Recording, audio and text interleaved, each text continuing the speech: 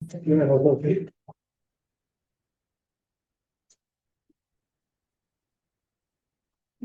right. Good evening, ladies and gentlemen. Welcome to UM Toastmasters 420th meeting. Whoa! You know, when I saw the meeting number, I was laughing because the number 420. Does any of you know what 420 stands for? Yeah. No. Okay, what is it, Itifa? That's what I thought. Okay, because it's recording, I won't say it, but if you know, you know lah. Okay, so as mentioned by our ASAA, we will be recording this. If there are any point where any of you who are doing speeches do not want to be recorded, do let us know and we will remove you. All right? Remove you from the recording. I don't talk about. So to start off the meeting, I would like to call up our dearest president to give her opening for the meeting. Thank you so much, Toastmaster of the evening. All right, so I'll keep this short and simple since we are quite a bit in a delay. First and foremost, I'd like to welcome everyone, new members, guests, seasoned Toastmaster members, everyone. Yeah, seasoned members onto the club for tonight's meeting. This is, I think, our first purely physical meeting after semester 2 has started, and also coincidentally just after Hari Raya.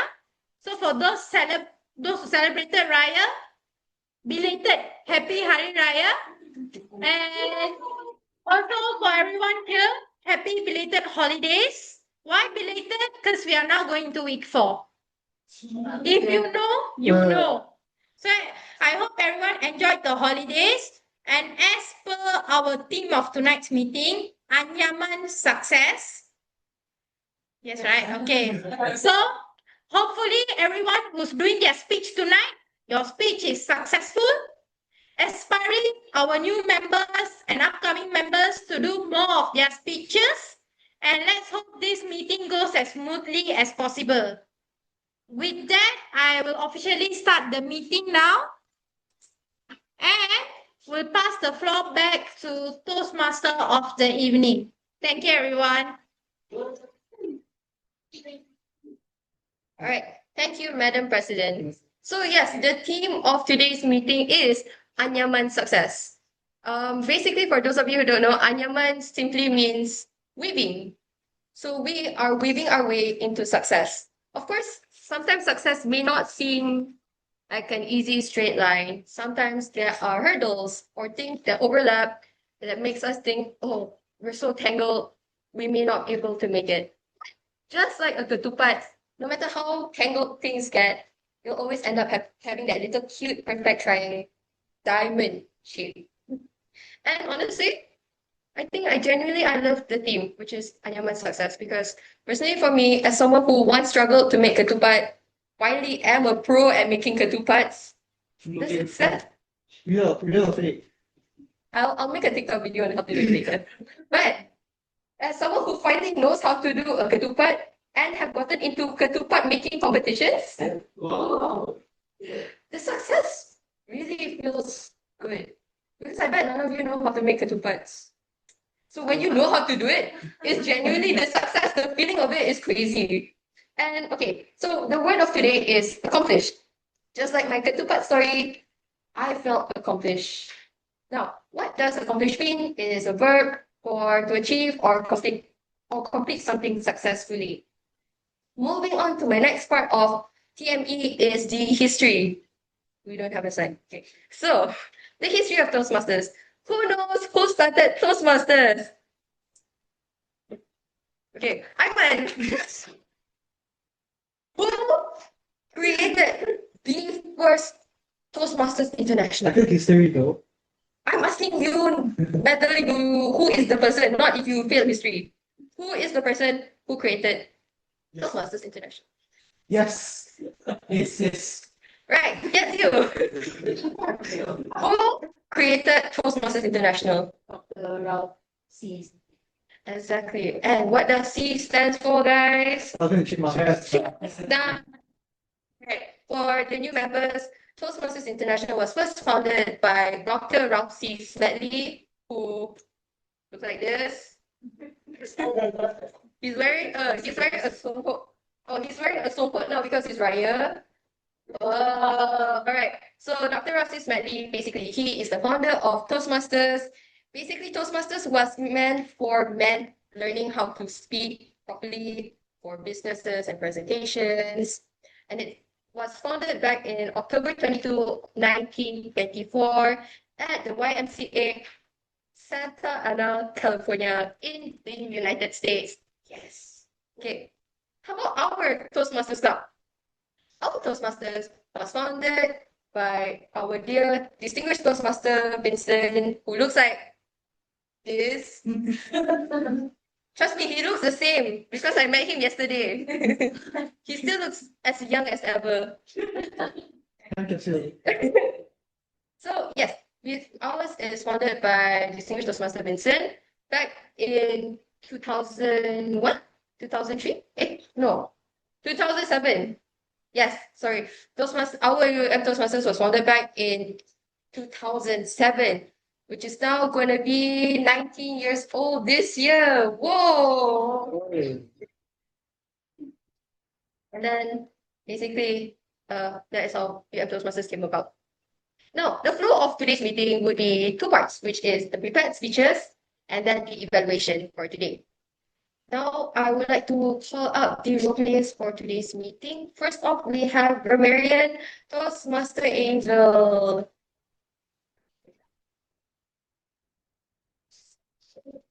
Right, so as the Grammarian, it's my responsibility to take good attention to possible. Listen carefully to the language usage of the group of any instances of use of which, as well as any outward words, both statements or parts. As Grammarian is also using particular word of the day. So for today's meeting, as Nat mentioned, our word of the day is accomplish, which means to achieve of it something perfectly. So as an example, word is she accomplished the goals after a year of effort. So each speaker is encouraged to use word of the day. And I was given the word of the day report and then people use it or when called upon during it. Right, thank you. I'll pass it to this one for the question. All right, thank you, Grammarian. Now, I would like to call upon the next role player, which is the out counter, Paddy, Toastmaster Paddy. Yes. Thank you very much. Good evening. The purpose of the art contest is to work in sound that are used as subjects or pause filler by anyone who speaks. During the meeting, I will listen for overused words in and, when, so, but, and you. I will also listen for filler sounds, including and I will also look for the speaker repeat a word or phrase such as I, or this means, this means. At the end of the meeting, I will report the number of times that each speaker used these expressions. Thank you. All right, thank you, our dear counter. Moving on, our next role player is the Rolex of our meeting, which is the timer, Toastmaster Zhe Xi. Which is something so I want to replace. Oh, okay. Toastmaster, okay. Greetings, fellow Toastmaster and guests. As a timer, I will time table topic speakers, formal speakers, and speakers. I will also alert each speaker of the time they have left using the time.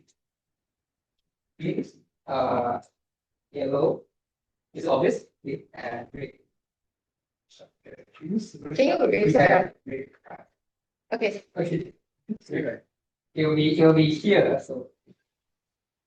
And it notes the difference saying, and when there's no time left, I will maybe this bell. I'm not that. Okay. Alright, thank you, timer. Right. Yes. Moving on, we have this segment for pathway briefing, but since due to time and circumstances, we shall be doing the pathway briefing at the end. Hopefully, if there is time, we will do it at the end. If not, the new members, don't worry, we will have it on a separate time where we allocate a much longer time for both briefing on the pathways and your mentors. Okay, great. So Moving on, we shall move on to the next part of the meeting, which is the prepared speeches meeting. Can I start with the first speaker? Toastmaster Yap Yu Hang for his level 1 speech. Oh, yes. Okay. Now, can I call up his evaluator, Lim Yan Siew, to read the purpose statement? Toastmaster Yap Yu Hang. So the purpose of this project is to learn or review basic methods for writing a speech with a defined purpose and to present a well-organized speech on any topic. Right. Thank you, evaluator. Toastmaster Yap Yu Hang, the AI generation. The AI generation, Toastmaster Yu Hang.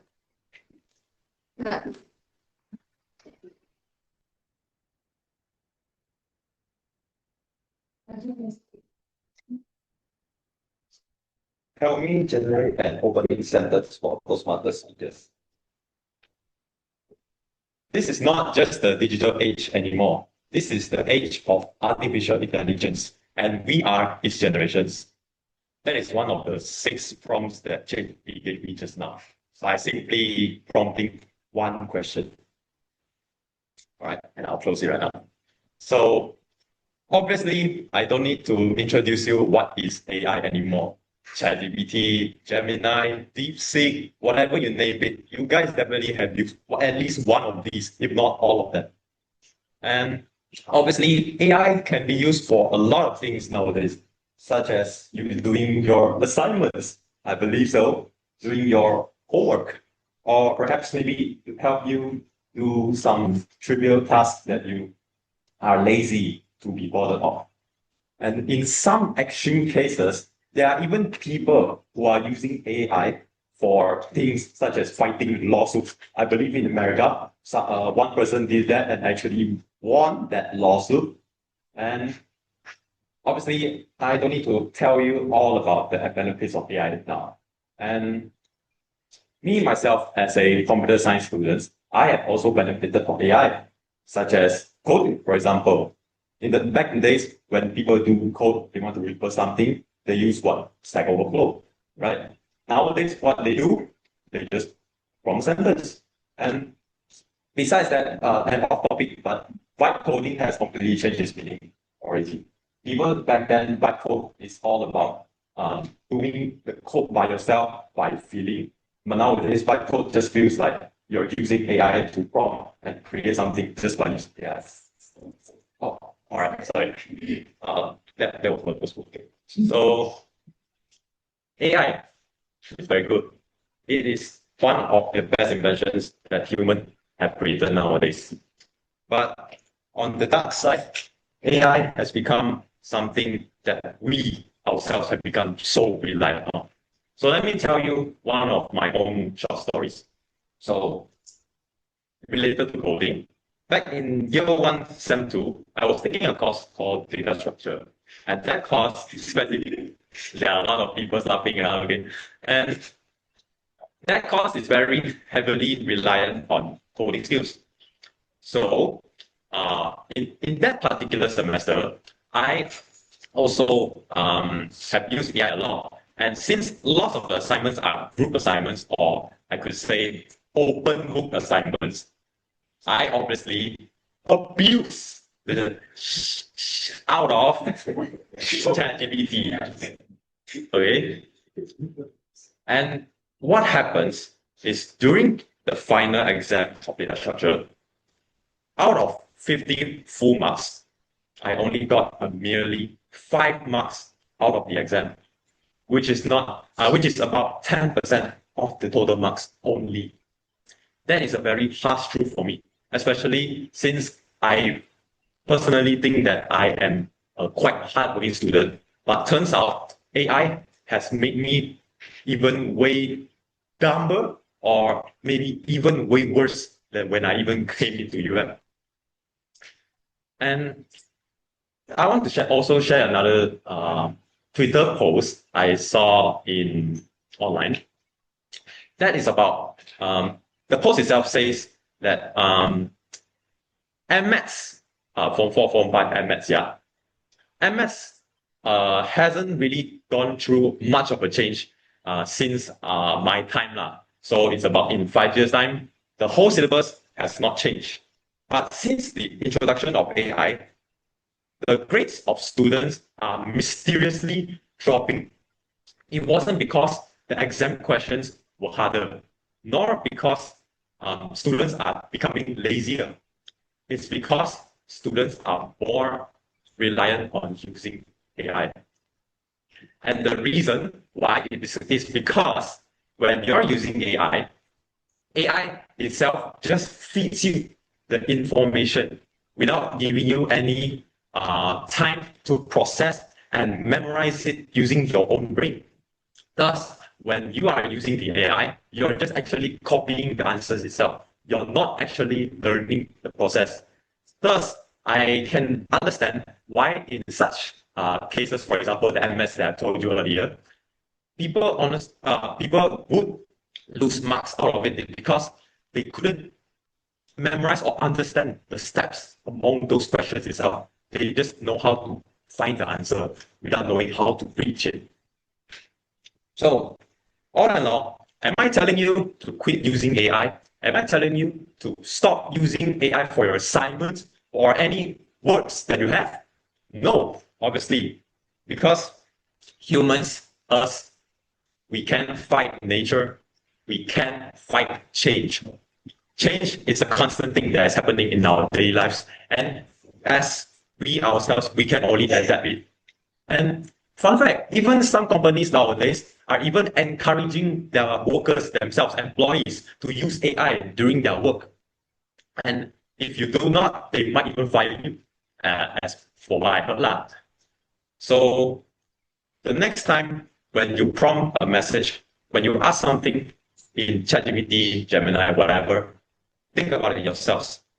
Are you the one who's using AI as a tool, or are you using, or is the AI making you a slave for yourself? That's it, my speech. Thank you.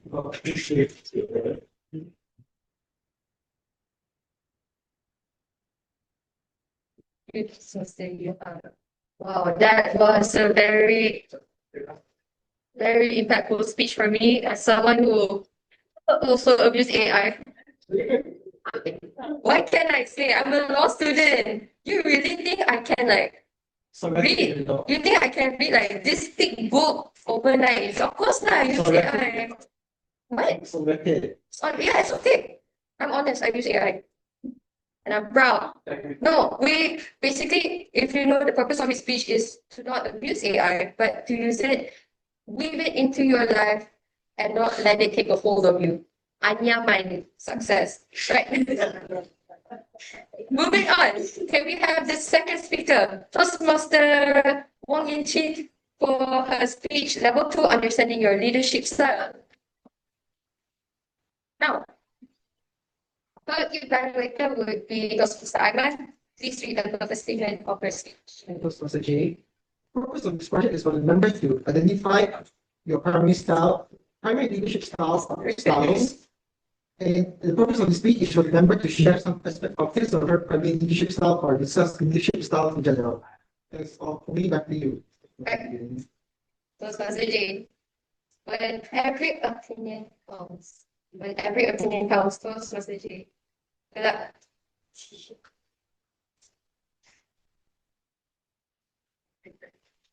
First of all, before anything, I would like to declare that I use AI in my speech preparation as well.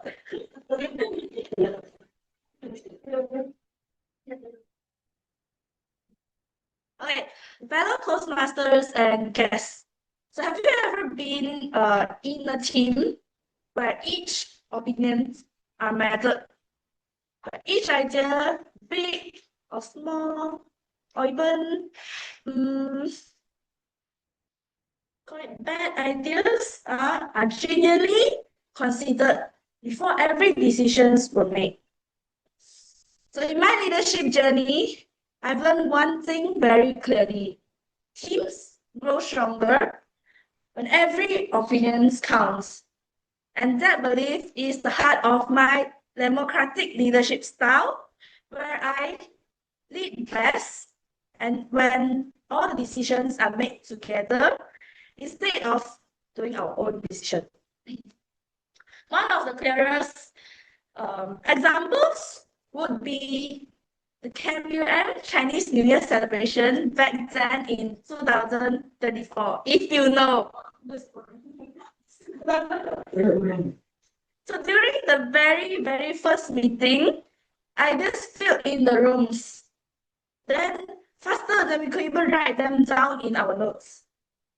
I want to have performance in the CMI celebration. Okay, no. I want to have a lot of special activities. We can have like booth, calligraphy booth. Okay. And we can invite those KOL to participate and somehow sponsor us. Okay.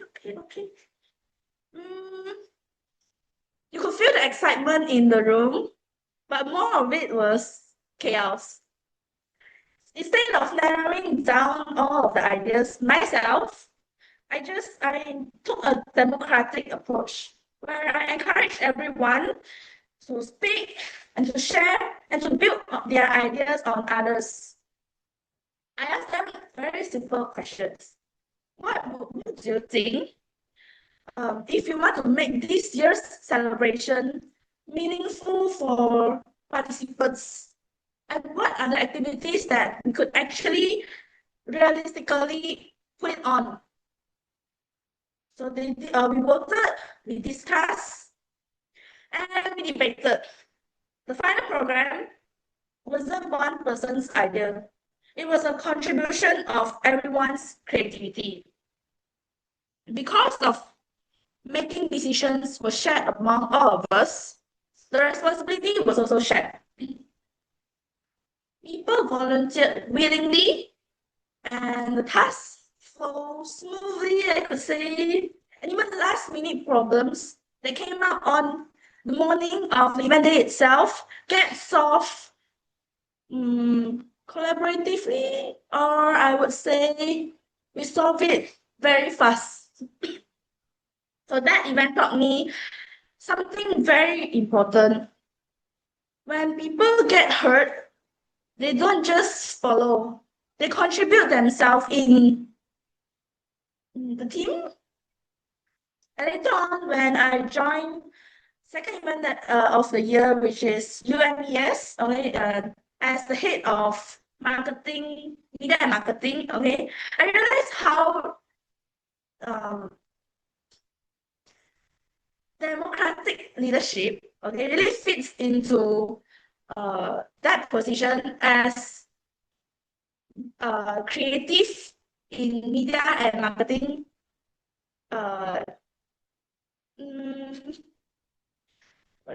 As content creation is never a one person work, okay? So from poster design to doing captions to posting it, and also to really set the visual direction, okay?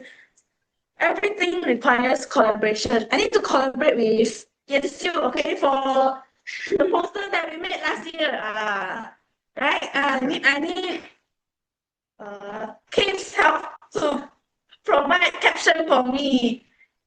Right? So instead of saying, I want you to do it in this way, I asked them, so what designs do you really want to make for the year? Which direction that you think fits the event best? And which style resonates more with our target audience? So we brainstorm the colors, the layouts, the themes, and the tone of our posting. Everyone in the team, including the design team, the photography team, the videography team, the editors, has their freedom to really pitch their ideas out. And sometimes the youngest member in the team brought in the smartest idea that we couldn't thought of. And sometimes the quietest person in the room offers the most practical way of doing something. And thanks to open discussion and collective decision making, we were able to accomplish more as a team and our publicity become stronger, our content become more polished, and our teamwork were more united. I would say that was still the best design that I have made.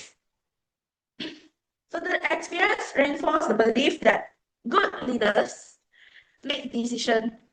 Great leaders make space for decisions to be made together. So across this experience, I've learned that first, people support what they want to help to create. When opinions matter, commitment will follow that. Second, collective ideas are always richer than individual ideas. With some of our best outcomes come from unexpected suggestions from an unexpected person, just like your group assignment. And third, democratic leadership takes more time in the starting, but it builds stronger trust among the team.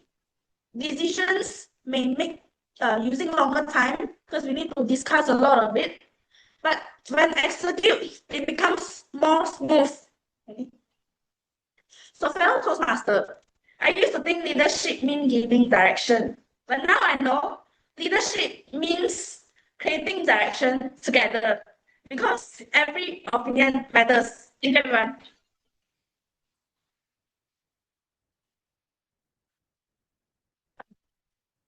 Honestly, I can say that she is an amazing leader. She's a really democratic leader. And when she meant every opinion counts, she really meant it, that every opinion does matter. So moving on to the next speaker, which is Toastmaster Harshini on her level 4 question and answer session. Can we have her evaluator Zhi Jun to read out the purpose statement?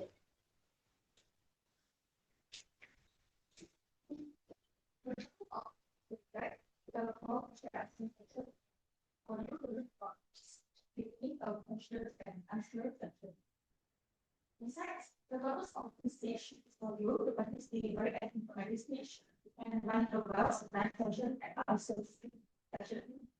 You are responsible for managing time so that a quick contribution for work. The time will be able to move it next to all that's Great.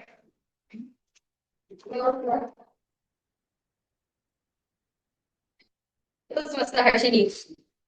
More than just a game. Toastmaster Harshini, more than just a game. Do that.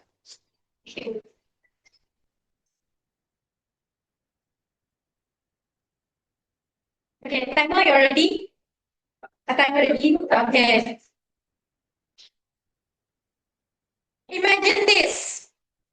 You wear your cap, you're warmed up, you're going to the tea box.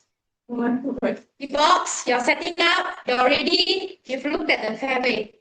Far, luscious green, 300 meters or yards, depends on where you play. You're setting up, first shot, the driver shot we call it. You want the ball to go as beautiful and far as possible, not shoot like that. So you're preparing, you're ready, you take a swing and you hit it. You're looking for a ball. You're waiting for the sun as well. Where is it? Where is it? Am I blind? Where is it? Where is it? Only for you to realize that that small ball just traveled 20 feet away. More than just a game. Golf, for me, has always been more than just a game. Many don't know this. I also don't share this. I was a competitive player for more than a decade. Competitive as in I've represented my school and state before. Yes. I'm not from Selangor and KL. I'm from Pahang. Yes. You may not know me that much. Growing up, how did I even start being in golf? I'm sure you're all asking. Golf has always been portrayed as a rich person's sport, an exclusive sport. How did I become involved in that? Let's go back to when I was 9 years old. This was an era where Lee Chong Mei was famous. Badminton was the name of the sport of the country, Malaysian badminton. That's how it was. And obviously, I too was a fan of badminton. In fact, my uncle was a school badminton coach. He even bought me my first racket. And he illegally brought me to his school to train me because my mother never allowed me to go. So, when the time came for every Asian child to choose the sport, I wanted to go badminton. Yet my father, he looked at me and he said, why badminton? So many people choose badminton nowadays. In order to shine, you must be the best of the best. You are not that. He was very blunt when I was young.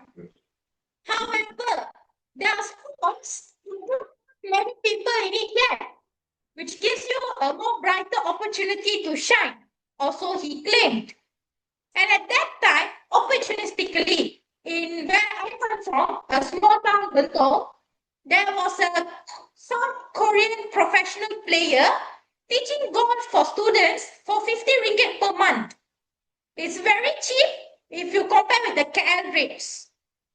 And even the equipment was in the club in itself for those who want to try first. You can train with it. If you're good with it, invest. That was the plan. So my father brought me there to play golf. Until now, I don't know why he chose that. But he said, let's go golf. And so I went. I still remember 9 years old, standing there. All I knew about golf is ball, fly, hole. My comprehension was very simple. So when I went there, my assumption was first day of class. I'm going to stand there, I'm going to hit the ball's going to fly, and it's going to the hole.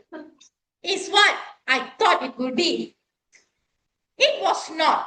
In fact, the first time I went there, the first thing the pro ever said was, you will not be hitting balls for the next 3 weeks. My 9-year-old heart was shattered. What do you mean?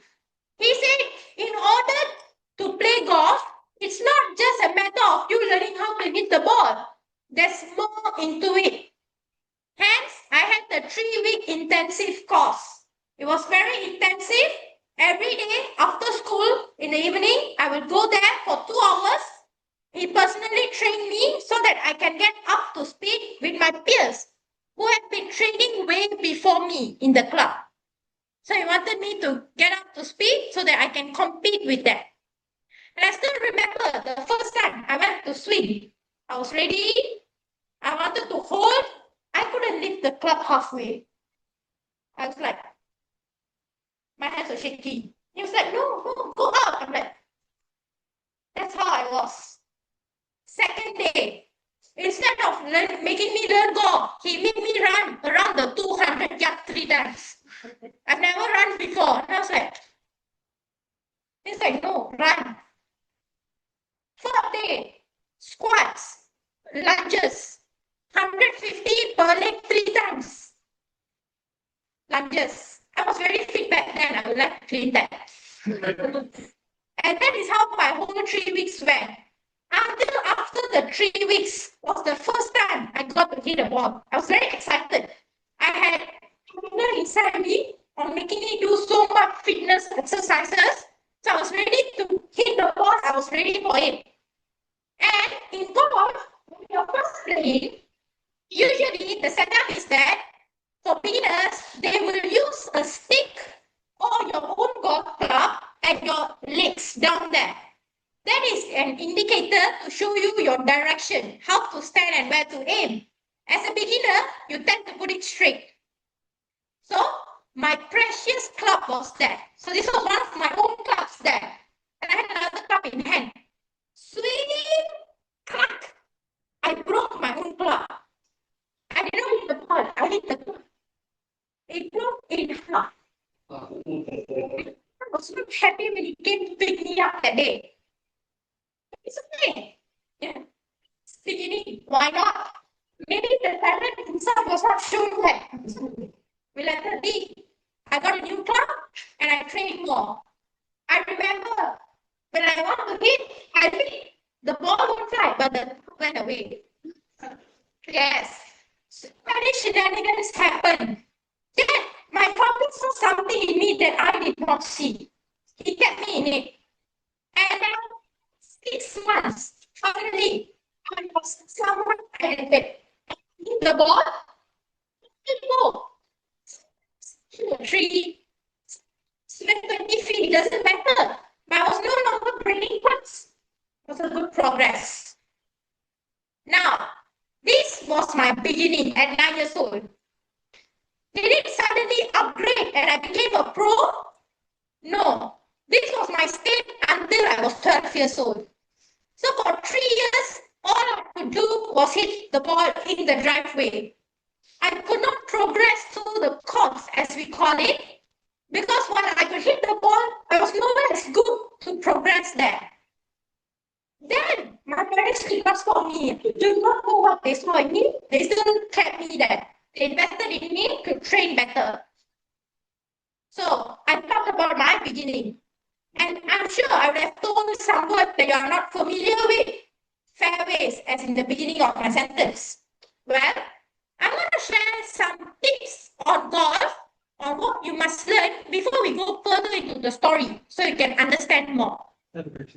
Yes. Does my skills in Wii golf does it translate to real golf? This exciting story I will share there towards my speech. Don't worry, there's a story on Wii golf as well. It's not a good one, unfortunately. Now, in golf, you always know that, people go to the driving range. A driving range is a place where you statically stand at one place and you'll hit the ball from a place. It's a wide field and can hit the ball straight. You don't need to walk or anything. Okay, that is meant to strengthen your swing. Now, in golf, there are 3 things you have to remember. First, is the swing. Now, this golf is unique. So unique, in fact, that it is a well-known story. Golf players do not participate in hockey. Why? Let me demonstrate. When you're playing golf, you will swing full swing and you'll hit full. Now, are known to be incredibly heavy. And hockey is a sport, the ball is meant to roll. So how do you hold hockey? I was in hockey club, so I remember a bit. You hold it like this. This is the maximum you usually go, and you have to push the ball. You run and you push, that's how it goes. Now, imagine there are teammates surrounding you trying to take the ball from you. Hockey player. Yeah. That's why golf players are not encouraged to join hockey. This is why. So in a golf swing, not only is your swing important, even your grip itself is important. Unlike other badminton clubs, you hold like this, baseball bat, you hold like this, golf has a unique interlocking mechanism. With your right hand or dominant hand, and with your non-dominant hand, your pinky must interlock between your middle and index finger. Yes, it must interlock like this, and you hold the club in the middle. This is a golf grip. And in this grip comes its own challenges. Too tight, your hands will be filled with calluses. Like mine, I still have those scars in my hand. Too loose, your club will be flying club 2.0. So it's very important to maintain that grip in golf. That's just the grip. When it comes to your swing, you have your own position, your stance. Your legs width until your shoulder, like you want to do jumping jack, but like this. You have to bend your body 45-degree angle, something like this. It's like your Japanese bow, but not too much. And your knees, you have to bend. Not too much, just a bit. And this depends on your height mainly and your club height. So if your club is a long club and you are short, then you only bend a bit. But if your club is short and you are too tall, you will be bending a lot. That's the stance. And as I said, the swing, you bring it back. You turn first, you let your hand go. This is a very basic, obviously. With a club, I will show it more and there's more techniques to it. However, this is the basics. It looks easy, right? You hold like this, you do like this, ta, ta. The thing is, in golf, precision matters. Holding your club even 1 degree slightly like this can cause your ball to go to the left and hit the person next to you. It has happened. I've witnessed it. I have not caused it, thankfully. My brother did hit me like that though. That's another story. So it's very important to keep your grip on hand, and I won't say it's frigid, but you're someone who has to be very firm in your pose.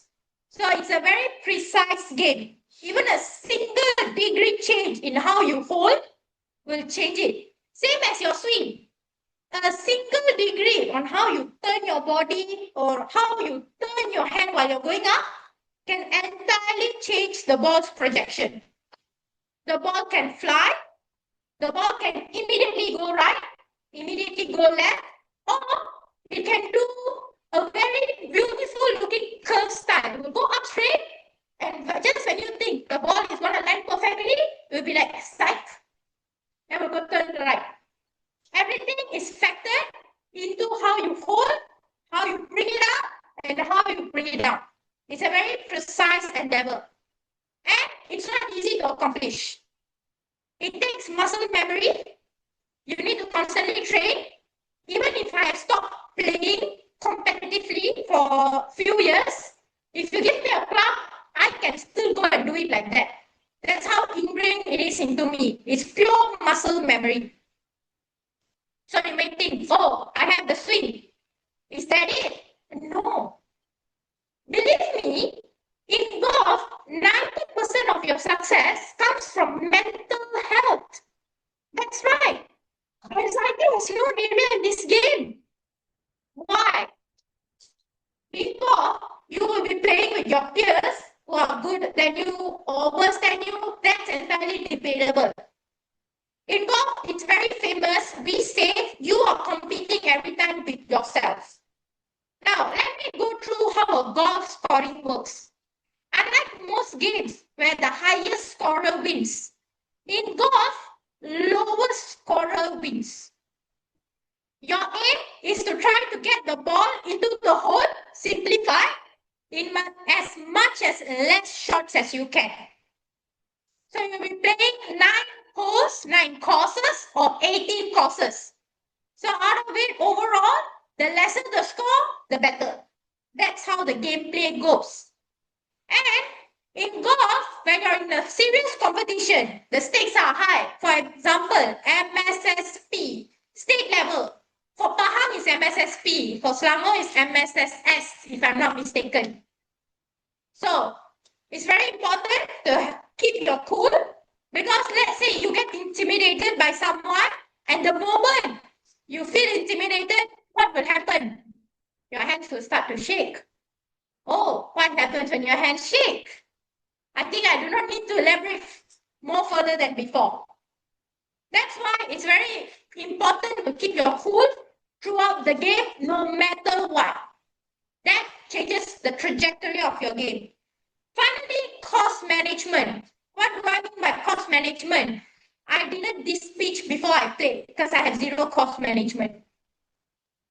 When you're going to hit a ball, it's not just about, 400 meters. I'm going to hit the ball, go far, 350 meters or 150 meters some more. I'm going to hit, put it in the hole. No. Courses are meant to bend, curvy, and with obstacles. You'll have water, you'll have sand, you'll have highways and houses sometimes. Yes, I've even hidden ball many times into the Pahang Agong's house. Staycation house he has right beside the golf course. Not so strategic if you ask me. Now, why I say cost management is important? Because this is actually a gift, we say. For some, you look at a distance and you hit. For some, you're gifted with seeing the direction correctly. You know how to stand. I want to go left this much. I want to go right this much. I'm not gifted in neither. Some are gifted in strategic position. Even though the hole is direct and there's this big pond in between you and the hole. Mostly, you will hit and you will try to cross the pond in one go. However, if you don't have the strength or you make a slight mistake in your strength, the ball will go into the pond. So what will happen? Well, you'll get penalized. So some strategically play it by placing it before pond, then going further. That's cost management. Now, I shared tips on how to make ball successful, and it's more than just swinging and hitting it. It is, as I said, more than just a game. Now, I would like to open the floor for questions that you have. Anybody? Yes, Zhen. What about the wind? Wind, yes, it's matter. However, compared to wind, everything else mentioned plays a much more crucial factor. No, we don't do that. It's not called polite in the sports. You can't like that. They'll have someone announce there's wind. Careful. Oh, it's something different. Anyone else? What's your okay, as someone who has been playing golf, right? What's the best swing? What's the best way to swing? What's the best way to Your swing? personal best way to swing. Actually, best way to swing, it depends on the club. Because we have like 13, 14 clubs, each with different distance, different purposes. However, the best swing is always your full swing. Maximum power, maximum distance. The initial drive, that's the best one. The moment that's good, everything else usually goes smoothly. Yes. After the stop, which part of the muscle is most sore? So, it's my abdomen and hands. Because, yes, you're using your hands for holding, hitting, and you're also turning. And if it's a tournament, MSSP like that, they don't provide you buggies to drive. You have to walk. So 6-7 hours, you walk continuously, bringing the bag with a trolley if fancy enough. 6-7 hours, you will walk without a toilet break, because then it will take too much time sometimes. Yeah, that's how intense it can get, especially when it's like super hot, like right now. Yeah, it's MSSP time actually, because it's the weather we play usually. Anyone else? Yes? Professionally, no. However, sometimes if I'm free, I will just go to the driving range near here just to freshen up because I've invested more than a decade into it. I have the equipment. I still have the muscle memory. Why waste it? It's more than just a game for me. It has always had, always will be. So might as well keep practicing it, even though it's not as professionally as my father hoped for. Oh, I was not good at playing that game. Like, and in the array of participants, I was a midfielder, you would say. Now I can score quite well. My scores will go 90. I will not go below 90. It will not go above 90. It's 90. 90 is midfielder because we have people taking 80. Yeah, so it's a midfielder score. Just not built for professional competitive, unfortunately. Well, yes, we have time for one last question. I asked, is it you? Yeah, I I asked this now. If I take golf on the knee, is it applicable to playing golf in real life? In B, you're playing with B, and did this 2 weeks before, you have to hold the controller, you still have to swing. However, you will not be doing a full swing like this guy. You'll just hold the B, you'll be like, something like that. That's how the game goes. However, it also depends on the strength, surprisingly. If you swing faster, it will go faster. Even if you think you swing straight, let's say you're like this, you straight right, the ball will curve. Surprisingly, when it's accurate, it can imitate some of the golf signature swings. At the same time, it's way easier. Just be aware of your surroundings. Don't get injured like me, hitting a sofa accidentally. But other than that, it's relatively easier. Well, time's up. But don't worry. If you have any more questions, you can still ask me. Contact me physically or WhatsApp only. I don't use IG message. There's someone 2 weeks I haven't read yet. So, in conclusion, as I said, golf is more than just a game for me. It not only taught me the techniques, it taught me what hard work was. Constantly putting in effort for more than 10 years. And I hope not only did you learn more about golf, maybe you're interested to play it recreationally, but at the same time, you can see what hard work pays off in a very mini version of my life story in golf. That's all from me. Thank you. And back to you, Toastmaster of the evening.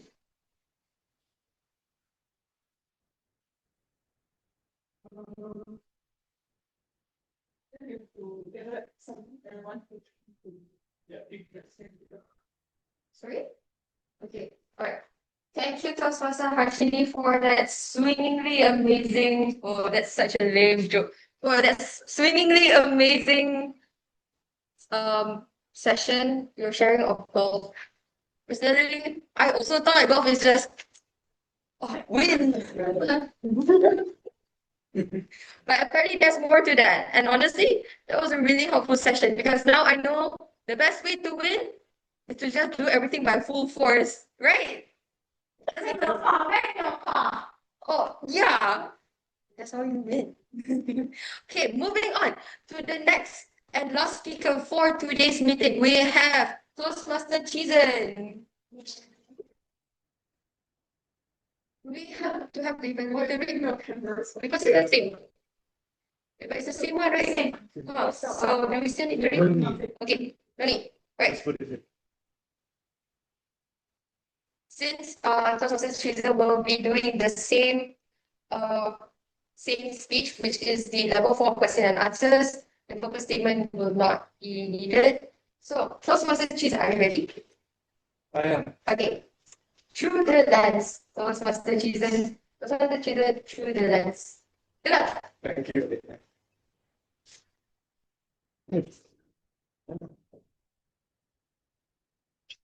Okay, it's been quite some time since I'm on this stage. All right, ladies and gentlemen. Now, my topic today is about through the lens. It is about photography, videography, and also cinematography.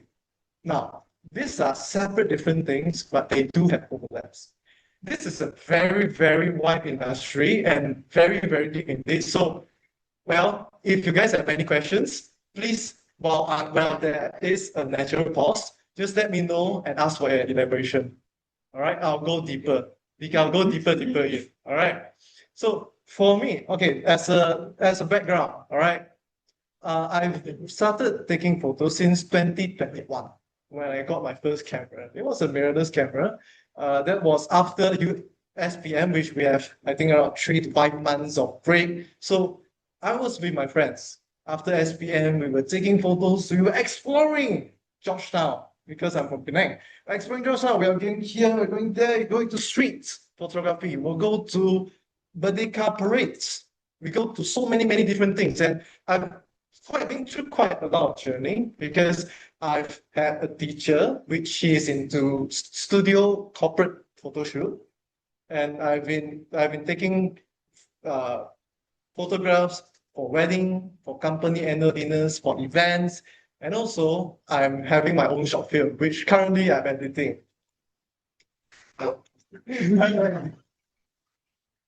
Where's the release date? Sorry? Where's the release date? I have no idea, man. I have no idea. Right now, I'm producing it. The filming is over. It took about 3 weeks of filming and 3 months plus of planning altogether. Everything. So the 3 years to come about. Could be. I don't think so. I hope not. I hope not.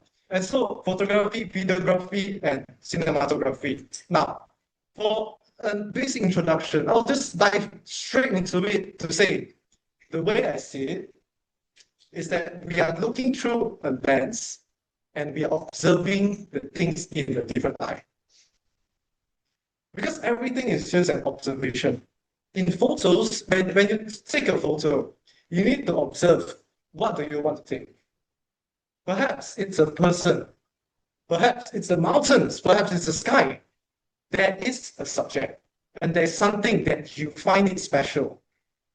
Have you ever been through, walking down the street, and suddenly you came across a back alley? But it's so interesting with the lights coming in. It's so cinematic that you want to take a photo of it. Yes. Yeah, and that is Yes? Sorry, this definitely. Yeah. You started your photography music with one, right? Yes. During COVID, right? During COVID, yes. You may not. That is, yeah, well, that's the special part. Because just after I got my camera, COVID ended. Wow. The good friend deals. So yeah, that was that time, 2021, and then COVID ended, then we get to have our physical student activities. That's why I get to experience so many other things, you see. And even if so, I'm still within the state, so still you go, guys. And then just now talking about observation, yeah, through the edit, you see something special that you want to take. And that is when you observe, you see, hey, this is something I want, this is something special. Have you guys watched any special movies that you guys have seen very good shots of? Like, sorry, let me rephrase it. Have you guys seen any good movies with some shots that is remarkably memorable for you? Oppenheimer? Which scene? Like something like this? And the whole cinema is basically very. That is true. That is true. Sorry? La La Land. La La Land. Which part? Especially the part where the two characters were dancing under the lamppost. Yeah, I get what you're talking about. It's their own world, isn't it? That is what we observe, yeah? Paddy? Everything everywhere. Hell yeah, man. Which scene? I love that movie. The part where they showcase coming from the universities and it's camera work kind of displays. Yes. To showcase time traveling to school. The different multiverse. Yeah, that is a very, very good one. And coincidentally, it is in my slides. Later, I'll show it later. We'll go into that. And so, are there any questions I want to? Okay, before any other new questions coming in, I'd like to ask, all right? Okay, if you are interested in the technical side of things, the camera, how to buy a camera, how does it compare to a phone, how does it work? And the other part is, what is the meaning of it, or the stories behind of it, and what is the favorite thing about it? So we say 0 to 10, 0 to 10. Can I get, for technical, can I get a number? Interested? How much number? 8. Interested? 7. 4. Interested? Around 6. 7. 5. 4. 7. What about the story? 10. And you want to listen more to the stories. I see. Okay, that's fair. So, okay, now stories, right? Let's go into, let's have a little mix of both. Let's talk about the time I had my mentor. All right, he is into corporate photo shoot. Like for example, the one you saw in business card, you can see the person standing up there with the pocket, checking the watch, etc. Those are the studio photo shoots, and that's where you use your lights. And well, I would say can be a little bit of a perspective of how different it is compared to what we think. Because when we think of photography, it's like you are saying the person is standing and then, okay, that posture is good, the lighting is good, I take a photo, and that's enough. Well, truth to be told, there's much more to that, because people are more important than the photo. Not everyone knows how to pose. Another thing is, how do you guide them the way you want? How do you guide them, say, you want 1 step forward, you want 2 steps back? You want your hand, you want to show more of your collar, you want to show your watch because it's expensive to have. I jumbled it up, but don't worry. So that is the direction that you give to the people. And during those studio photo shoots, the focus is always on the people. And it's always about how do you connect to them as well. You know, you're talking about, hey, how do you show your happiness? Do you smile? When you smile, do you show your teeth? Or just a little smile? Yeah, could be both. And some people prefer the latter to the former, you know. And some people like the side profile more. Some people like it to the front. Everyone has a preference. So we need to know what do the customer want, what do they want before we can guide them what are the photos that we can take for them. And for my mentor, he is a very special kind of person. All right. He is very, very humble. He doesn't complain, he doesn't argue. I was with him for 3 days. He was taking photo shoot with BNI. He was part of BNI. Have you guys heard of BNI? Yes. Yes, no? Okay. No. What's the end?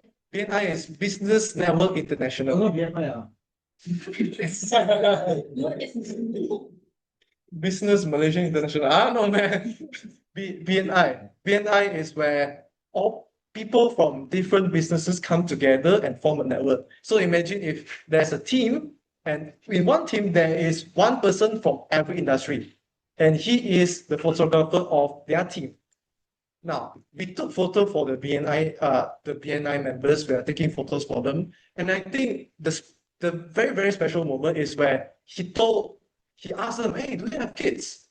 I said, "Oh, they have two. They have two kids."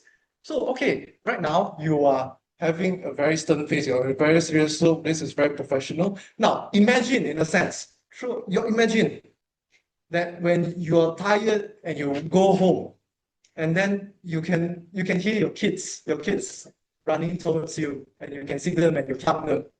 And then you tell the client to open their eyes. And that is when the client smiles. That is to get them to a certain emotion, to make them smile, to make them perform a certain way. That is the way to guide them, because it is not just about we are giving the direction, hi, smile this way, smile that way. It does not work. We need to try to put it into like a story, in a sense. We are trying to connect with them and guide them that way. Now, that is my teacher. And he's the one that thought, hey, it's more about the people and how do you handle to them. And that's how you get business. When you treat your customers good, you get more business back. And when we connect with them, they can cooperate with you better. Yes. Thanks. Any questions? Or any part of it that you're interested in? How did you get your first customer? How did I get my first customer? Okay. How did I get my first customer? Well, my first customer, because I also do freelance jobs, my first customer is a company annual dinner. All right. The boss. Okay. Yeah. The boss. All right. I know the boss from an event in our school. They were collaborating with us, and that boss, the company is a catering company. So they do catering services. They go to hotels, they go to events, they prepare all the food, etc., etc. So they're having a company annual dinner, which is I remember is the first for quite some time. And what's special about this company is that everyone is new, very, very new, and that they are poor. That is the reason why this catering service formed.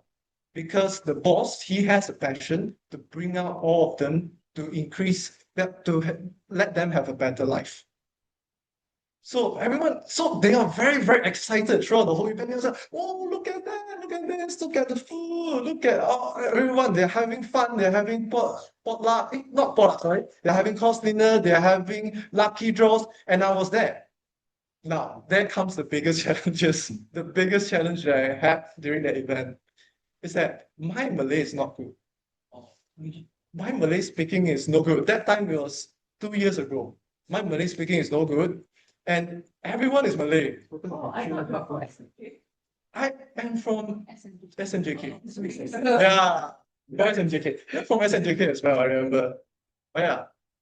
I couldn't speak too much of a Malay, so I tried to speak English, but then they couldn't understand. So I tried the only language that we both understand, body language. Okay, to the back a little bit. Okay, come. Okay, any other sounds? This. And that is how we communicate through body language. Now, that is a very interesting first experience because it reminds me of, hey, I need to really work on my Malay. So that's why I'm joining Malay events in my year 1 as well in But yeah, that is my first time, my first job. It's very different from my last job. How would you rate your Malay experience? You're speaking Malay. Your Malay speaking You're now. Malay speaking now. Out of Out 10. of 10? 6 to 6. How much you get in SPM? It's 20 ma. We need the quick one. Okay, it's around A, I remember, A mine. Yes. I mean, you would know speaking and writing is different. That's why Toastmasters is different, isn't it?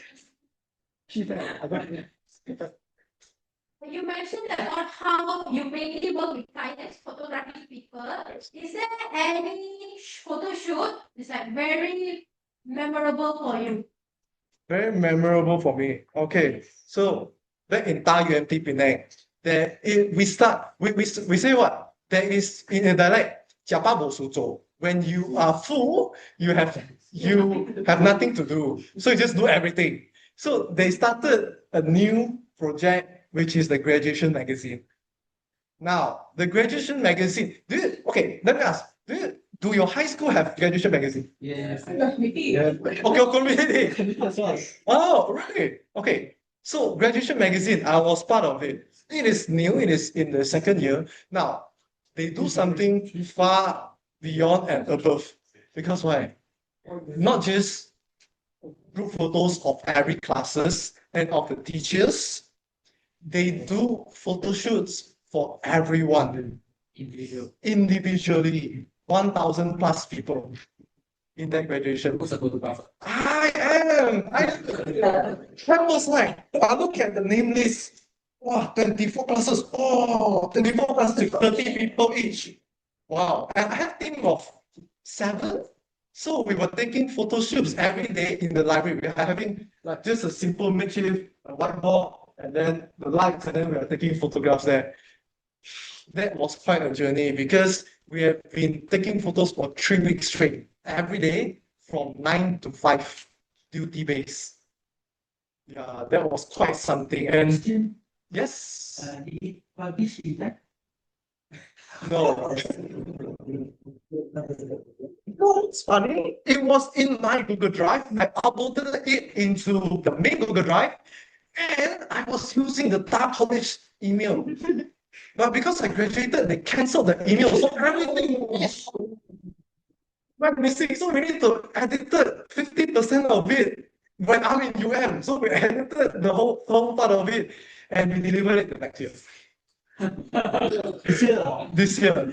And sadly, that project did not discontinue because of, well, it's been a very heavy duty project. Yeah, that is graduation. Because of the delay.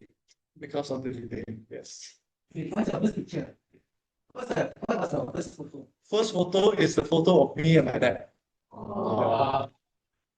Because that time, you know, it's like sometimes you have a bucket list of what do you want to buy. At his workshop, workspace, I can see that there's a list. The top one, well-fired. Second one, DSLR. And further things. And that is he had that passion. He wanted to take photographs, but he never had the time. You need to work and etc. etc. So it is a hobby that he did not get to do. So I wanted to try photography, and to him it's like his dream come true as well. Yeah. So I thought, yeah. So is it fair to say that the person who made you go into photography is your dad, or is that like also another reason? He is a huge influence. He is a huge influence. He is the reason why I take photos for people. And he's the reason why I carry a camera when I'm traveling with my family. It's because sometimes you can capture a photo. You deep down, you know that you can't replicate the moment with the sound, the feel, the same people. And then at least you have a photo with you, you know, you're trying your best to keep it in. It's like putting time in a bottle. Throughout your photography journey, is there any photo that is your personal favorite?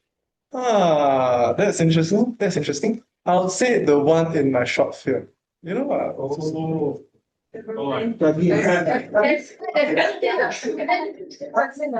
Yes. Do you wanna answer something? I don't think I have time to show. Maybe later. Maybe I'll show later. But yeah, it was a photo of a couple dancing under the lamp. Yeah, we can show you later. And FYI, Nina is our co-director of the film as well. Sorry? She wants to lead me somewhere else. Sorry? No, nothing much. Yes. Any other questions? Any questions? Yes. Technical side. One question. Yes. What is the dream camera? This is my dream camera. I'm gonna be honest, this is new. This is 2 months old. Let me please. Yes. The camera that you want.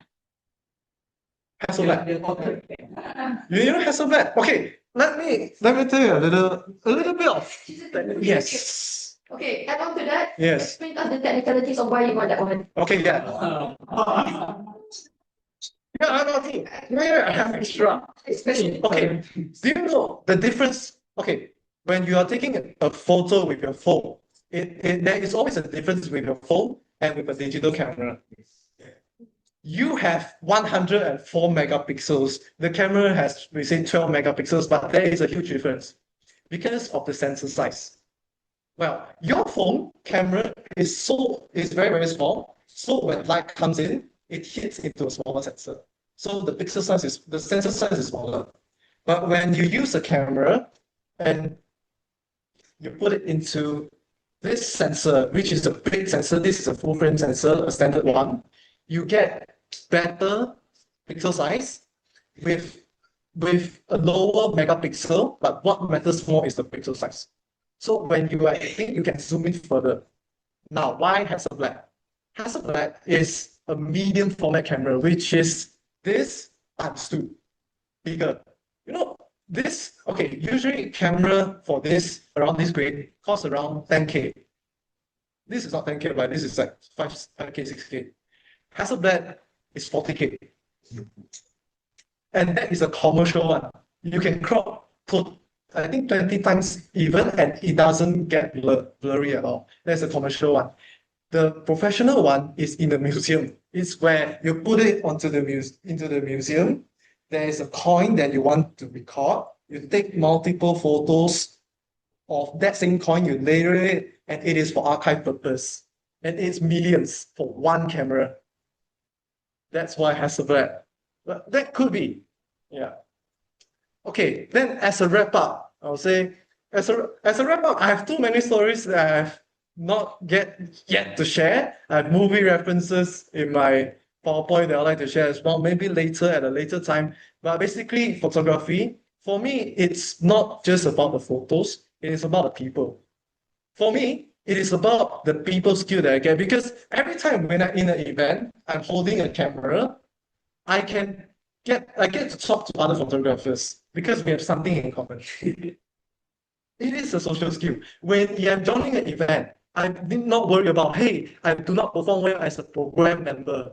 I have a technical skill and I'm confident that I can perform. That is a people skill. That is a topic to talk to. And also, it's for me an artistic pursuit. Because, well, you can tell stories through photos. That's why there's movies. Through movies, through the way you show it, through why when in a horror movie, the camera angle is here. When the character is walking, you can see someone is back there. Or perhaps just a blur. It implies something, it tells a story. And that is why I think it's interesting and why I'm into it. That's much more. So definitely try photography and try it with your phone even. There are many, many other things you can try with your phone, not necessarily a camera. So I'd love to see you all looking through a new lens as well. Back to you, TME.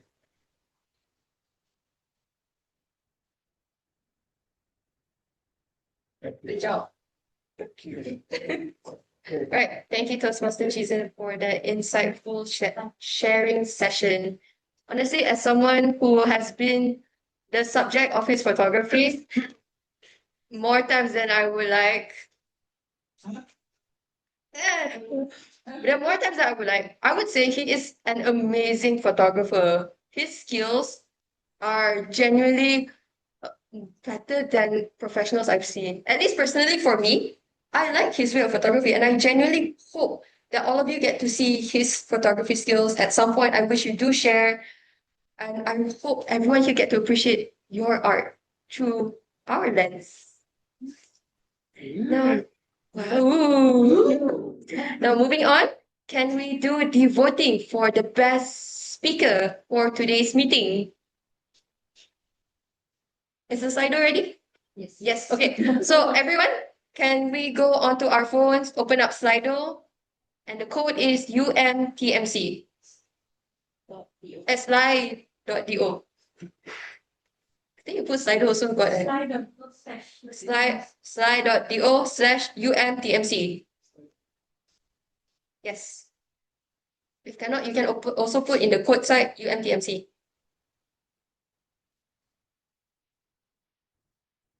Cast in your votes for best speaker.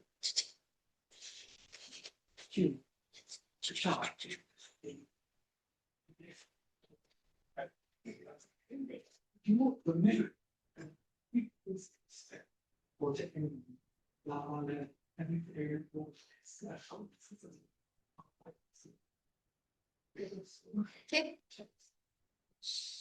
Shall we be closing the vote? Okay, I'll be closing the vote in 3, 2, 1. Hi everyone, our meeting is going to resume soon, so please take your seat. Thank you. I think we read before a part of code because they reduce and before hitting the practice. Ladies and gentlemen, we shall now resume the meeting. Let's go on to the second part of the meeting, which is the evaluation session. Can I call up our first evaluator who will be evaluating Toastmaster Yuhang? Evaluator Yansu.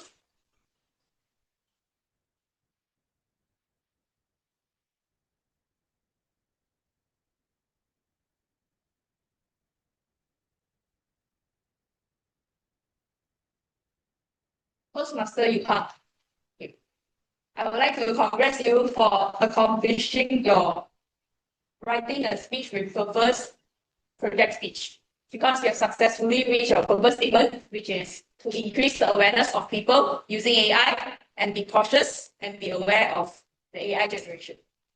Okay. So the two things I like about your speech is your opening, because you immediately demonstrate how simple it is to use AI to generate your opening, and it is a very good engaging method with the audience because you immediately draw our attention on you when you are delivering the speech. Okay. The second thing is I like how you are being realistic throughout your speech because you provide two examples, which is from your own experience. The first experience you give is how you abuse ChatGPT on your course data structure. And this is realistic because you can see the people here, especially the CS students, can relate to you. And the second example you give is a post you saw on Twitter and you further elaborate it. And it is realistic, so you deliver it very smoothly. Okay. To elevate your speech, I feel like you use too much unnecessary hand gestures because your hands are moving all the time. There are necessary ones, like you say 5 out of 50 marks, but for the other times you are moving your hand, which I think you could reduce the amount. So how do you reduce the amount? Instead of moving your hands, you can move your feet. The second thing you could improve is to utilize the stage usage, because I realize when you're standing here, you just engage with the audience here all the time. I'm not sure is it because of the recording, but when you stand at a space, you tend to move. Yeah, you just stand there all the time and engage with the audience here. And the first part you engage here, but you can actually move throughout your speech. So yeah, okay. So to summarize my evaluation, two things I like about the speech is your opening, where you hook our attention and being realistic. And to improve your speech, you could cut down the hand gestures and also utilize the speech. Okay. And before I end my speech, I want to quote from your speech. We cannot find nature. We can fight nature. We can fight changes, but you can fight the challenges you face in this speech. That's all from me. Thank you. Thank you, Evaluator again, Siew.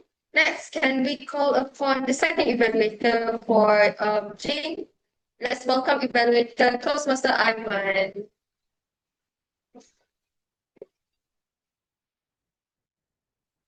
All right then.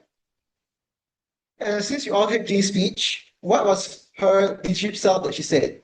Does anyone recall? Democratic. Exactly. What story did she tell about her leadership style? Does anyone remember? Chinese Yeah, the Fraser Tango. With those two questions answered, your speech project was a success. Congrats. We're very happy for that now. I use one of the day. Thank you. Anyways, now it's time for my evaluation. I love that your body gestures were really captivating. You were here using very purposeful body gestures to really enhance your points. It basically catches our attention. That's a really great thing in your speech. Really engaging, really captivating. I also like that you talk about your style of leadership. You explain that you are democratic leadership. You're a democratic leader, and how it works and what do you do as someone who is a democratic leader. You give explanation, or it's where you basically take the opinions of others into consideration, and you give a real example on when you applied it, the Pista Tango. There's also that you want to help improve your speech from A to A plus. Example, you could elaborate on what stuff you had to do as a compromise. For example, you said, you had a bunch of ideas for the press tango. Oh, this division was that, or this department was that.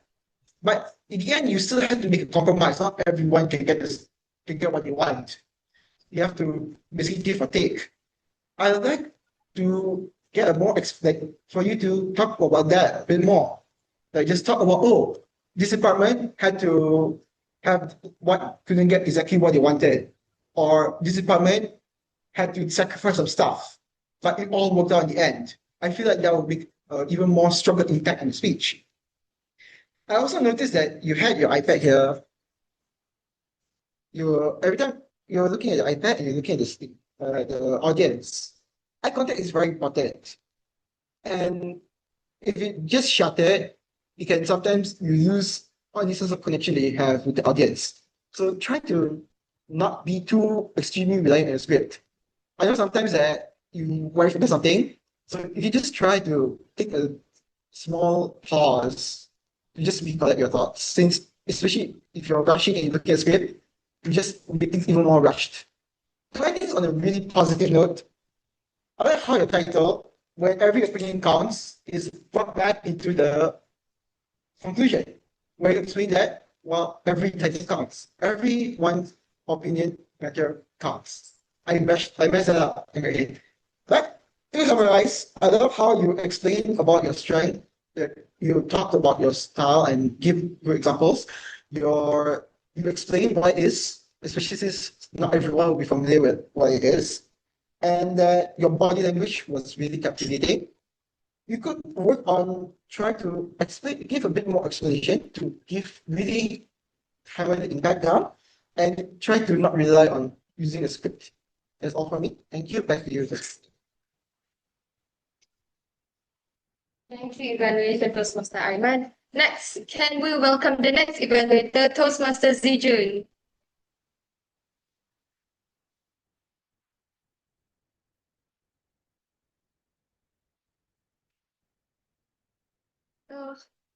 Harshini, when I see your attire, and then when I see your movement, you attract my interest to start to play golf. or even hockey, because for me, I never played either golf or hockey in my entire life. So congratulations for attracting us, the audience. I believe the audience also, after listening to your speech, will like to learn more about the playing of golf also. So I would like to share three goods, one dots, and two suggestions for you. And first is your attire. Your attire is quite like very fulfilled with the theme of speech today, which is the playing a golf, and you wear a attire. If you have equipment of golf, then you will plus, but it's enough. And second, your speech has a sense of humor. I like about when you're talking about informative speech, it might be boring. So you talk about when you hold the golf stick and then you want to swing and then pew. And then where's the ball? The ball is just near your feet. Or when you just want to hit the ball, or suddenly you broke the clutch. It brings us a sense of humor to bring attract to your informative speech. And third, in terms of Q&A session, you handle it well. You can answer all their questions quite spontaneously and also quite fluent. So one thought I would say is a great area is your speech content. Yeah, at first I heard when I listened to it, because the speech purpose is for you to prepare an informative speech, and when I listened, I thought you want to prepare a story, and then at the middle, actually, you provide us about the knowledge and also the thoughts about or the facts about playing a golf. Yeah, it considered a quiz. Okay. And there are two recommendations for you. First, this is a Q&A session. You can set the rules to the audience before you start your speech.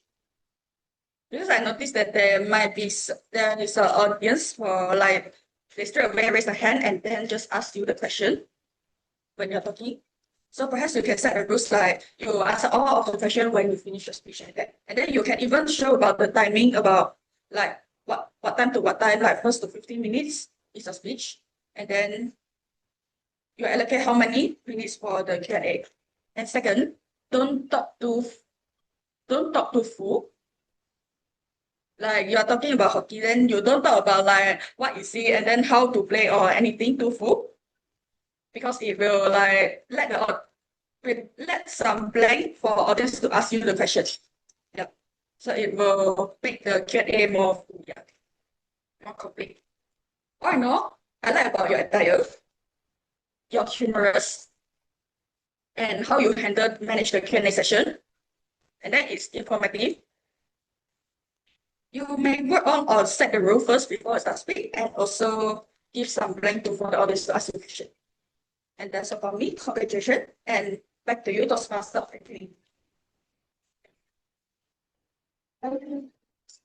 Okay, thank you, Evaluator Toastmaster Zhi Jun, for the very, very informative evaluation session.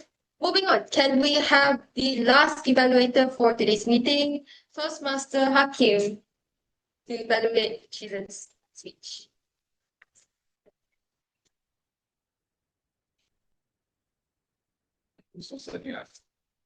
So, hi everyone. I'll be evaluating Zhi Jun. Zhi Jun, first of all I can say is superb speech. I really like it, and I think that the audience liked it as well. Few points, sorry. I love your gesture. I love your use of space. I love how you move from side to side. So in a way that can connect with the audience more. In a way it helps the audience. It doesn't, you don't put a static point of how you maintain your speech. Really love how you connect with your audience. Of course, it's a Q&A speech. Really love how you're able to talk about a lot of things that all of us can connect to, because I guess I can try to say that we're all of the same generation. so we can all talk about the same thing. The movies, cinematography, photography. Really love your passion, how you're passionate about photography. And I also love how your articulation of how you can maintain that passion, that you can show it to us. You can show us clearly your passions in photography, cinematography. Okay. Points of improvement. I'd say maybe your flow. I think that maybe that you could maintain your flow a bit better, because I noticed that you switch from the technical side of the photography and to the personal side, why you started doing photography in the first place. Another thing I can say is I would love to hear more about when you said you were gonna talk about cinematography, the movies, the photos, your PowerPoint. I really wish you could show it to us, but no matter. There was a time management thing, and there's always room for improvement. So overall, in summation, I'd say that all I can say, I guess, is in a way, I subconsciously had an idea of how you would orchestrate your whole speech. And I think, for me, personally, I think you did it. You managed to accomplish it with flying colors early on. Thank you, Toastmaster Hakim.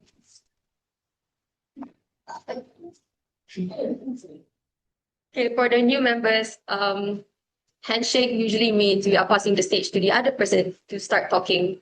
That's why it's somewhat important. Sometimes it doesn't have to be a handshake. It can just be like a simple nod or fist bump. But basically, you have to pass the stage back to the other person so they can continue talking. Now, moving on. Let's have the vote for the best evaluator. Let's go use the same slide.do link to cast your votes for the best evaluator. Yes, okay? Once, okay.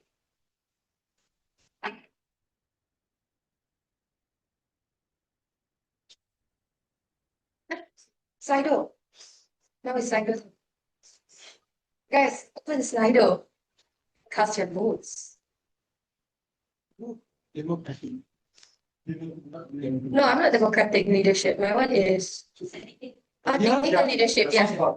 So don't you just take 2 weeks? No. This the mentee at the winner. If I was president, no, I'm joking. I have to be kind. Okay. You want to be president? Yes, not for president. Oh, wait, calm down. Election starting to. Calm down. Okay, you should. Okay. Voting closes in 3, 2, 1. Okay, that's all for the votes. Moving on to the next part, which we will be having are the role player reports. Can I have the first role player, the Grammarian, to give their report for today's meeting?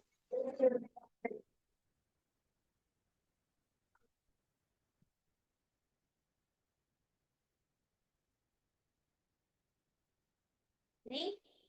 Alright, so for our word of the day published, there are only 4 users, which 2 is from Nina, 1 is from Jane, and 1 is from Hakim. So we need to use more word of the day. C. Oh yeah. Yeah, I think you said success, not accomplished. So yeah. Alright. So for improper grammatical uses, the first one is saw in online, which you shouldn't put it in there. You just can say it as saw online.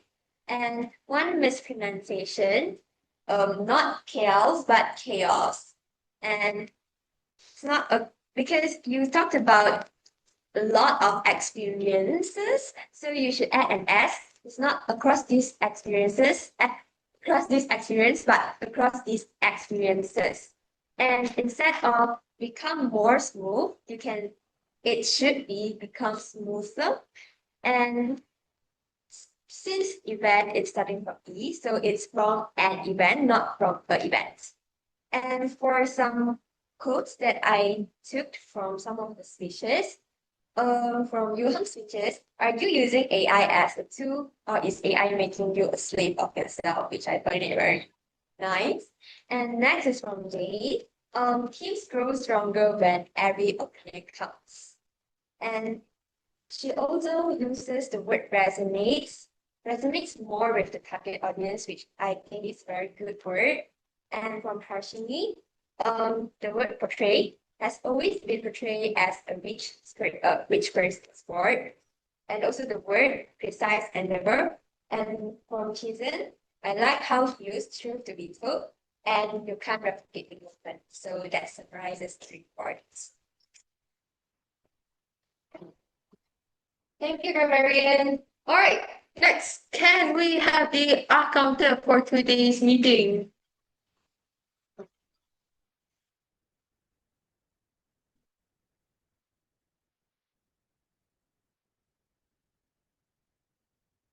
Hello, everyone. Since we're short on time, I'm just going to summarize the general speech crutches used, the most used speech crutches. Today, the most used speech crutch was it was used a total of 35 times. We had one her. We had 13 so's. The second most used speech crutch was actually repetition, which is used about almost 20 times. And then we had but used 2 times, like used 6 times. So that's all of the speech crutches you used today. A general tip this, for repetition is, I'd like to say, is slow down when you're speaking, because the slower you speak, the lesser you tend to fill in words like or you tend to repeat it. So that's the general speech crutch tip I'd give. Yeah, that's all.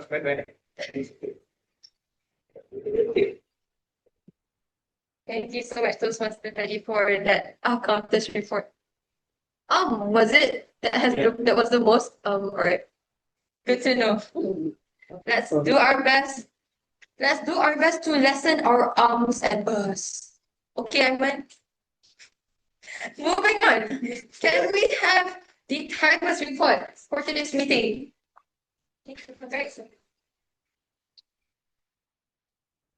Okay, I'll just make it short. For today's meeting, everyone, most of us have the speech reading time, and those that goes overtime are Harshini with overtime 1 minute 45 seconds, Zhi Jun with 1 minute 39 seconds, and Aimaan Junaid, during your evaluation, you went overtime 13 seconds, and for Zhi Jun, you went overtime 38 seconds. And for the TAG Tech team, we all got under time because we are overtime right now. So for right now, my one is also under time, 38 seconds. Thank you.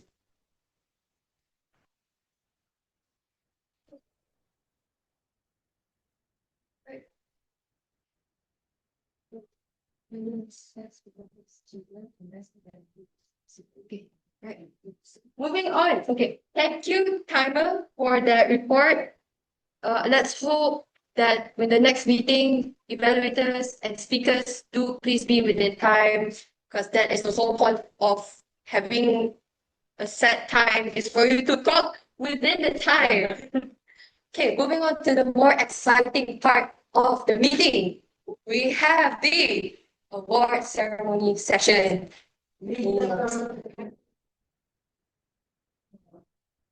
Let's start with the best evaluator first. Okay, best evaluator. And then we'll go to best speaker. Ooh, suspense. So, best evaluator. Guys, drum roll, please. Let's give it up for Toastmaster and Siew.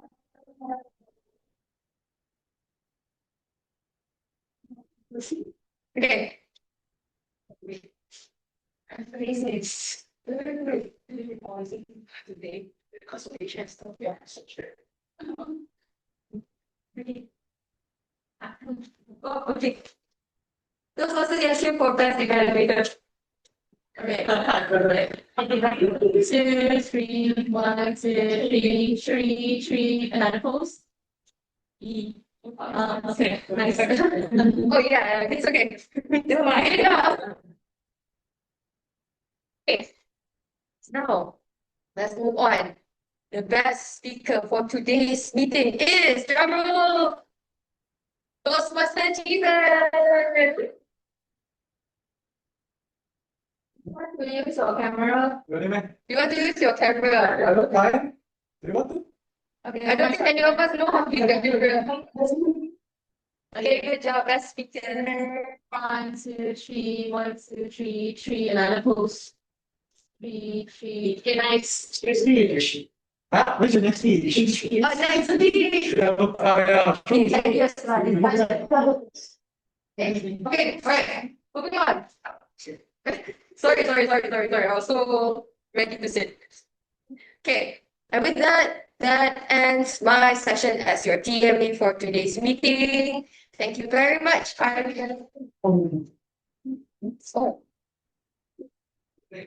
Yes, okay. So, before we move on to the president's closing speech, this is the time for an open evaluation. So, if any of you have anything you want to say about today's meeting, please, this is the part where you do it now. Anyone wanna give their evaluation for it? Okay. Anyone want to? 5 minutes. We can set 5 minutes for the evaluation session. 5 minutes. Okay, all right. Can we have the new member, like one of the new members, to give their thoughts on today's meeting? Yes. You and paid members.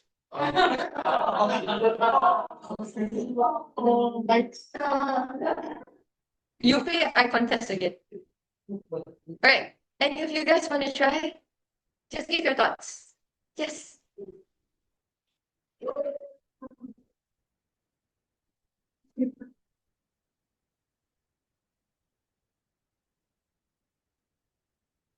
Introduce yourselves.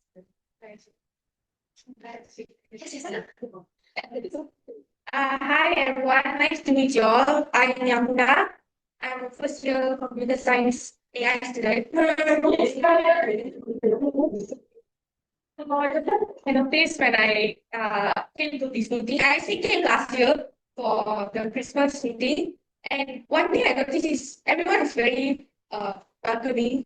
Like, because I don't know anyone right now, right? So I just met you all, and you all are very open and welcoming. So I feel very happy, and you all don't judge, I think. And, okay, don't judge, and you guys are funny, and I think it will be a very good opportunity for me to like speak up because I'm very shy. So yeah, that's all. Oh, all right, okay. Right. Can we have other people to give their evaluation for today's meeting?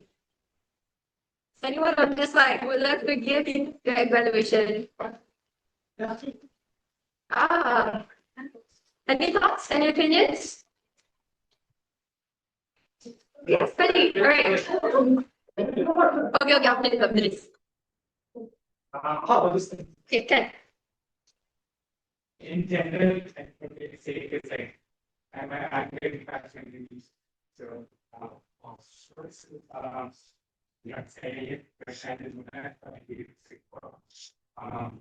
so I think I wanted to explain like I really enjoyed those context.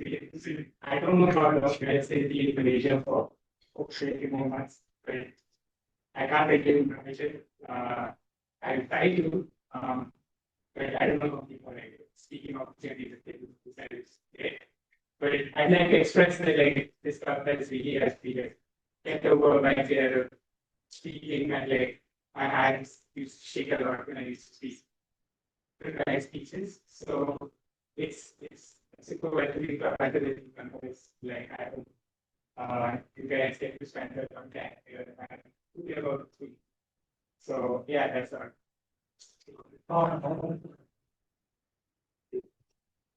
Thank you, Toastmaster Paddy.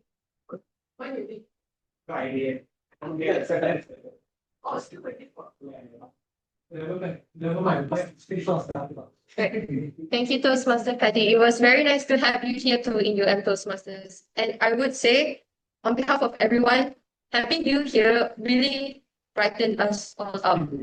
In reference to your first speech, lights on, right? You really light up our life. So if anything, thank you so much for being here with us. Right. We still have time for more evaluation. Does anyone want to give their thoughts? Yes, you may. Introduce yourself. Wife, I have a PE of also a member of target. Oh, Oh, yeah, see, I told you. Oh. yeah. Or too much really macam ni. Okay. Regulation for the club meeting.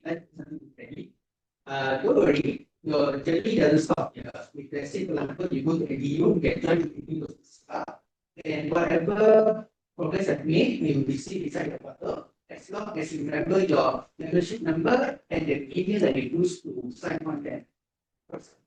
So it will carry you towards the future, right? And trust me, Singapore Toastmasters is very good.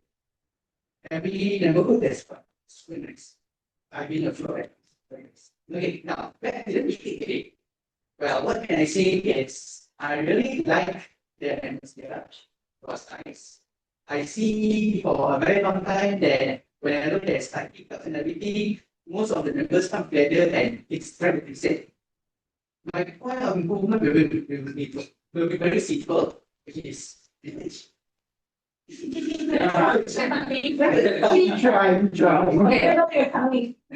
I covered yesterday, ma. I covered yesterday. I got 6.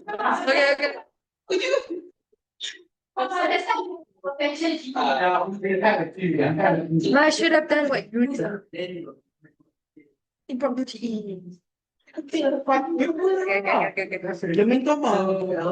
Yeah, it all was nice. I see the administrator and also the one the class was changed when I was here, like earlier a year, and now is like you really improving your operation and also teamwork. So good.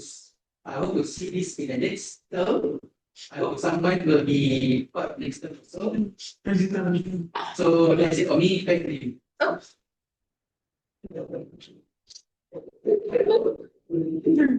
Right. And with that, I shall close the floor for event. Oh, we had. Can we have more? Right. Can. All right. And with that, I shall close the evaluation session. Thank you, everyone. Now back to you, Madam President, for the closing address. Thank you so much, Toastmaster of the evening. All right, so since we are going over time, I'll keep it simple. First, I'd like to thank each and every one of you in attendance. Whether you do a speech, whether you came to just visit or you came to see your friends, each and every one of your presence impacts our meeting. Each of you bring your unique quality, even if it's your first time.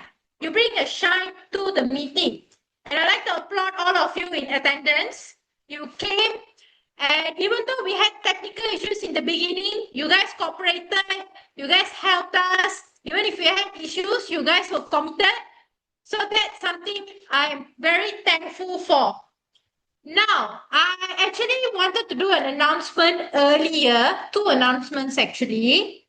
For those who don't know, on the 29th of March, we had our Division W speech contest, competition, speech contest. After a very long time, as far as I know, our member from our very own Toastmasters Club went to compete in the Division W speech competition. Toastmaster Nina herself.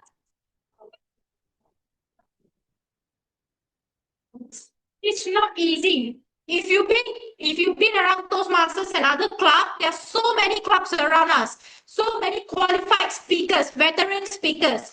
So to be able to compete with them and go to this stage under Toastmasters in itself, and this is her first year. It's her first year in Toastmasters.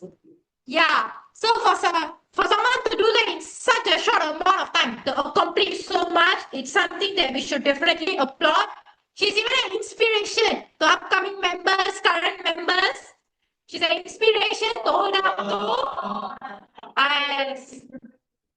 So another announcement will be that our AGM, our annual general meeting, is coming up on the 4th of May.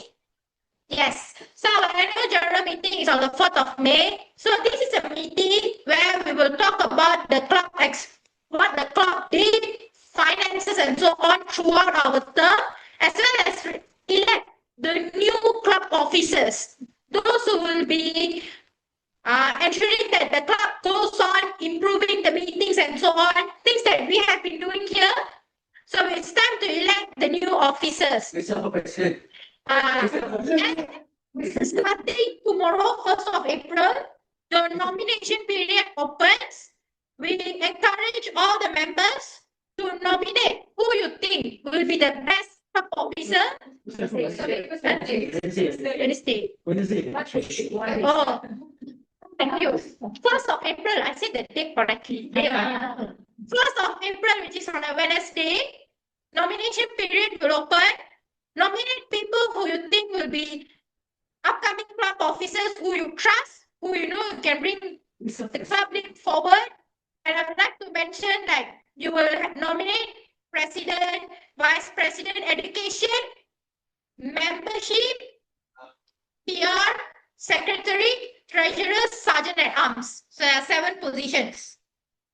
And if you'd like to know more about these positions before you want to nominate or whatnot, you can always contact Zhi Jun and Toastmaster Zhen and all ESCOs also if you want to know more about the position as well. Now, before we end the meeting, do you have any more airtime? Sorry. Yes? Yeah, very quick one. I just want to promote my class. So on the 3rd of April, class is going to have a meeting that's up at their campus. So if you are free, you can come. The G is CY. Then also another one is 3rd of April, Taylor's having meeting. So if you want to go that far, then go to Taylor's. And on 9th of April, inshallah, we're going to have the Raya celebration. We will be having a full class Toastmaster. There will be sessions like for 10 or 50 people. So you can come and celebrate and just like eat up the foods that inshallah will be around 8 o'clock and 50 people. Okay, thank you so much, Toastmaster Iktifa. So remember, 3rd of April, UMT, which I will be going. I'm free that day. And I live 5 minutes away. My mother will allow me. And 7 o'clock, no problem. And also, you can go to Taylor's Toastmaster Club meeting if UMT is too far for you. 9th April, Shalom Toastmasters. Oh, okay. Wait. Let me finish my sentence. You want free food, can go there as well. Now, many of you may not know this, but for every Toastmasters club, we have what we call club success goals. Each club is given 10 goals to complete. And when you complete certain amount of goals, you will get award. Previously, Toastmasters Club, we have always get President's Distinguished, which was the highest last term. However, starting this new term, they brought in a new award called Smedley's Award. It's a new award where you have to complete 10 goals. As of tonight, I would like to remind the deadline is tomorrow actually. As of tonight, Toastmasters Club has successfully achieved all 10 of those success goals. For Toastmasters Club. Hopefully many more to go. And with that, I'd just like to announce our upcoming meeting dates. Our upcoming meeting is on 6th April, physical. And then on the 21st of April, 21st. Okay, on the 20th April is our anniversary. It's the anniversary. However, we'll be having our meeting on the 21st of April. All right, we'll be having the meeting 21st of April, an anniversary celebration meeting, even though it's not on the exact date as the anniversary. And then the next upcoming, and then obviously, as I said, the AGM as well. AGM will be on 4 May. So I highly encourage everyone to attend the meeting especially, anniversary meeting will be something extra special. Don't worry, the details will be coming upon all of you soon. And I hope to see you all in our upcoming meetings, more of you as well. With that, I will conclude the meeting for tonight's session. Thank you everyone for joining and hope to see you again.